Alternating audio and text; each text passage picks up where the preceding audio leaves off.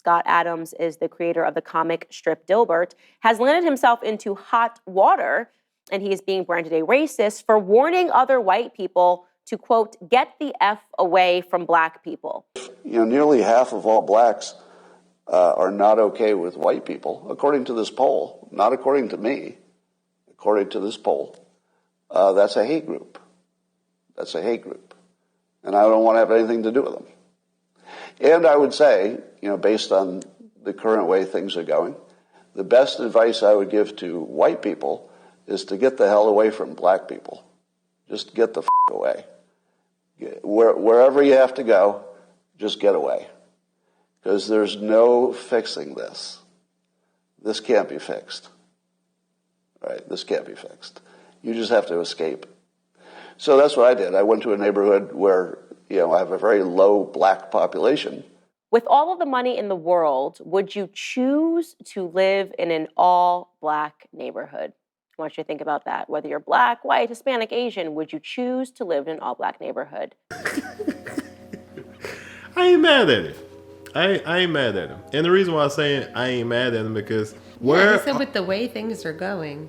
Yeah, but where are you going to go to get away from black people? Like, where are you going? Like, I'm still stuck on how is he still employed? I mean, who still reads the newspaper? Well, I don't think he's necessarily employed. I think he's made his money, and so he probably gets residuals. Dilbert's still being published in books and things, and you know what I'm saying? I'm pretty sure whatever media that they're, people still, I see it still in I go to people's offices, and I still see some of the Dilbert clippings in people's offices, like the little cricket tie, white guy and stuff. But anyway, he's allowed to say what he wants to say. The thing is that I would be surprised because this man has seemed to have had money for a long time. Dilbert has been around since I don't know when. So what black neighborhood has he been living in? I also wonder where they got this study from.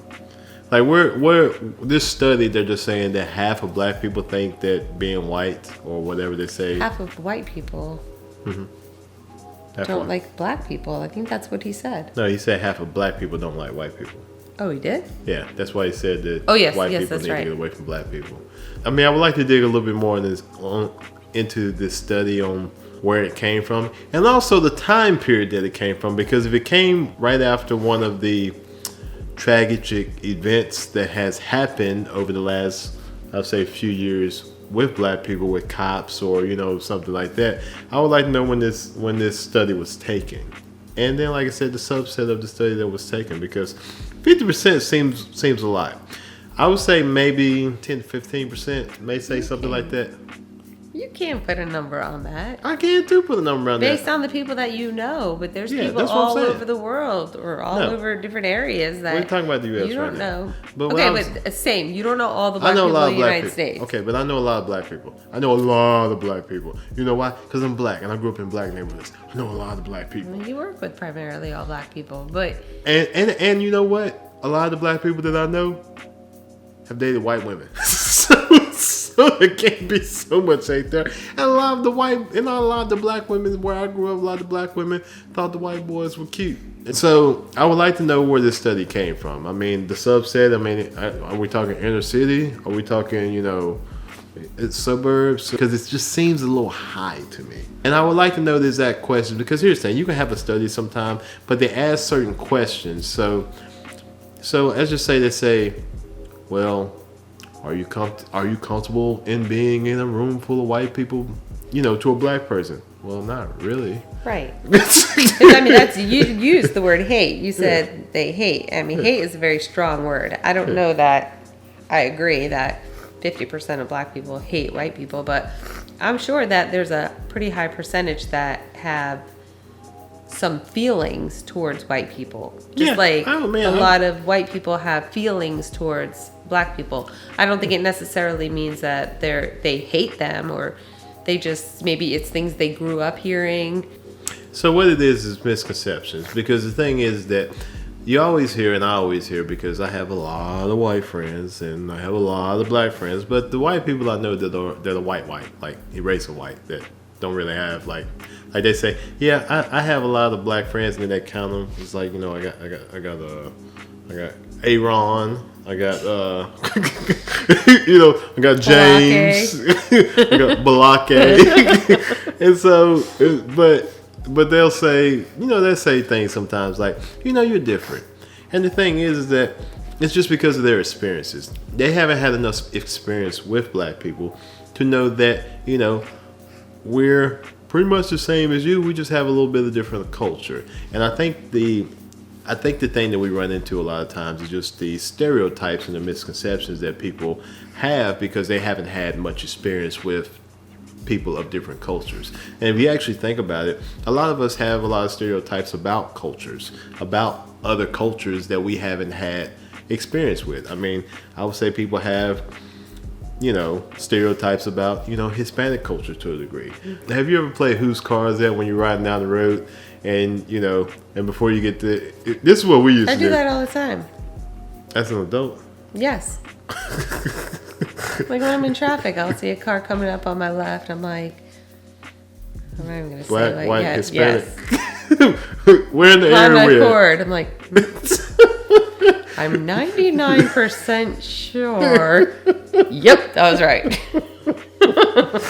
But you know, then sometimes I see cars that have just, you see a car, it's $200 that has $3,000 rims on it, and then has a $2,000 sound system because you hear them coming. Do the math. That was me. That was me. That's what I had when I was young. You're stereotyping. That is an incredibly strong and an incredibly bold statement. He is backing that up with a fact. Obviously, he introduces a poll in which cites that 50% of Black people are not okay with white people. So what are white people supposed to do with this predicament? If you are examining these facts and you are looking at a poll that tells you that 50% of Black people think that being white is not okay. They are not okay with white people. What are you supposed to do? I don't know if I would believe the poll. I know around election season, which we're going to have another election season coming up, those polls are wrong all the damn time. So, and they put a lot of money into those polls. How much money was put into this poll? You know what I'm saying? It's like these election polls, think about it. These election polls are wrong 85% of the time. And you know where I got that number from? A poll. That's where I got that 85% number from. A poll. And so I would have to say, it's like, I don't know. I don't know. What do you think? I think that number's high because that means for every 2 Black people you see, one of them are not okay with you. That's even just common like sense. You just walk in a store and you see 2. It's like, okay, which one of you don't like me? Because I know one of you don't. That's just common sense. It don't even make sense, but all right. And what's interesting about what Scott Adams is saying here is that it's been said before. The differences between Black neighborhoods and white neighborhoods has been said before. In fact, he touches on this. Let's listen to Scott Adams some more.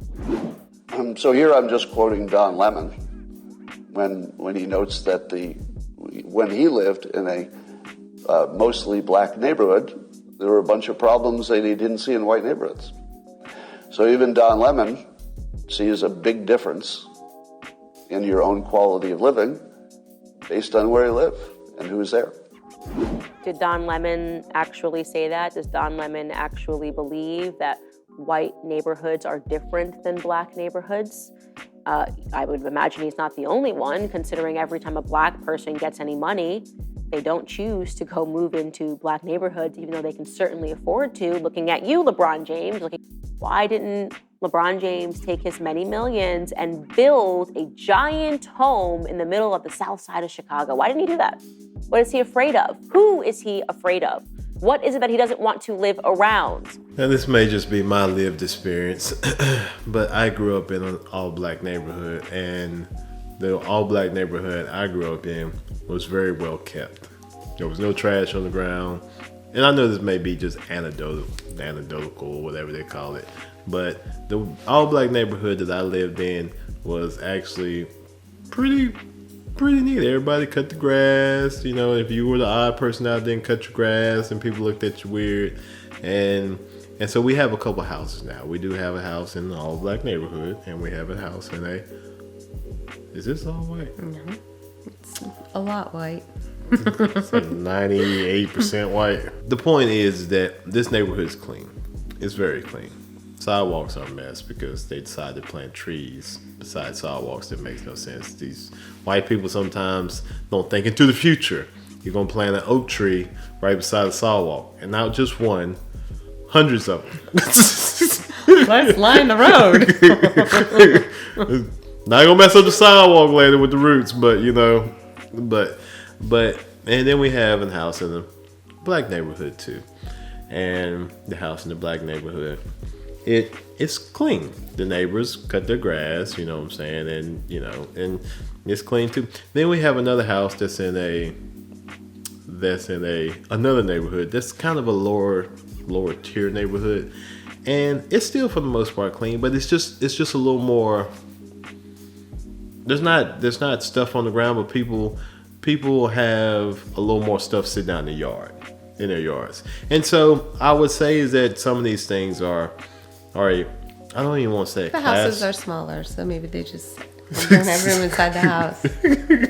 Yeah, I would say that some of this stuff may be just I don't want to even say a class thing, because I don't even want to say an income thing, but I would say it almost is just an area thing, because there are black neighborhoods that are very, very well kept. Like I said, I grew up in a black neighborhood that's very well kept. We have a house in a black neighborhood that's very well kept. I'm the odd duckling because we don't cut the grass on time. People look at us kind of crazy. If we don't cut the grass on time, the neighbor will cut the grass. When he cuts his grass, because he cuts his grass twice a week, he'll cut our grass if he don't think it's up to par. I would think it's more of a individual area thing, because I know there are probably some areas that are probably a lot of black people that are a little more, you know, I don't want to say trashy, but there's just more, you know, things on the ground. But can you also look at if it's a high traffic area, are people not riding by just throwing stuff out their car also? Mm-hmm. And so if you get in a high traffic area, and a lot of times in city areas where people, you know, there's a lot of people, and people are just, honestly, people not even from your neighborhood just throwing stuff out their window, and then you have this stuff on the ground. And so then people in the neighborhood sometimes are like, especially new people in the neighborhood, the older people for the most part usually won't do that, but the new people in the neighborhood don't have as much pride in the neighborhood. Maybe they throw much stuff on the ground too. And I would say that's not just a black thing. I would say that's also in some white neighborhoods. If an inner city white neighborhood, especially if they're not very upper class or very upper middle class, they probably have the same thing. It doesn't make you a bad person though if you live there.